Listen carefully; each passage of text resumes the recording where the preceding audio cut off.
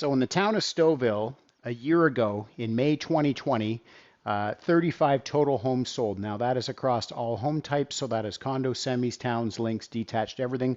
Bear in mind we were sort of just entering that COVID market. Everything shut down around March 15th. It was a pretty quiet month through April 2020, and May in Stouffville was no exception. So for April and May of 2021, I've broken out the stats a little bit different. So the new listings coming on the market are represented by the N.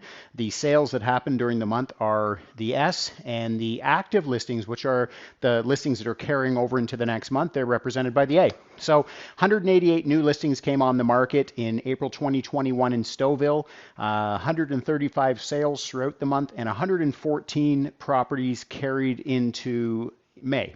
So in May, we had 149 total units sold. Now, interesting, and I just want to point this out, that we're seeing a reduction in the amount of new homes coming on the market.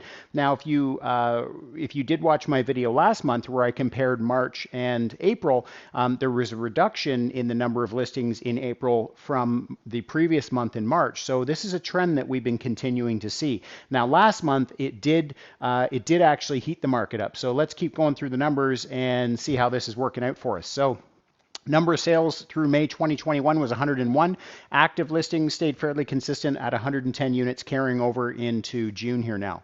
Average sale price across all home types a year ago in Stouffville was $1,127,000. That rose in April 2021 to $1,298,000 and currently trending just a hair higher, $1,298,938.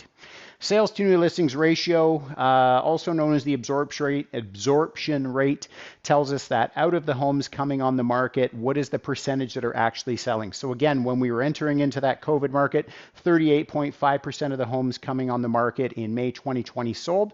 April, we were at 71.8% of the homes coming on the market selling. And bear in mind what I said earlier, we saw a reduction in the listings from March to April. So what that did is that actually heated the market up a bit. So let's see how it works out here. So currently 67.8. So we've seen that absorption rate come down a little bit.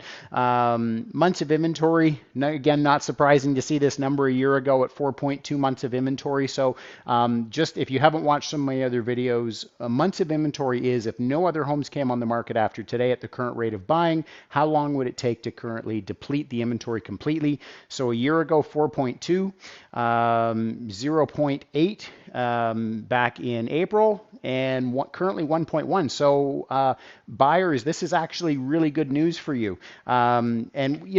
It's constantly changing day by day, week by week. But, as inventory levels rise, there's more inventory hanging around. There's more inventory that is there for you to look at. The months of inventory also refers to that the buying trend has slowed down a little bit. So again, a slower market is really key for some of the buyers out there that have been struggling, with maybe doing, one offer, two offer, three offers on different houses to try and get into a home. So, as we see inventory levels rise, that generally indicates to us that the buying trend is slowing a little bit. So this is good news for you.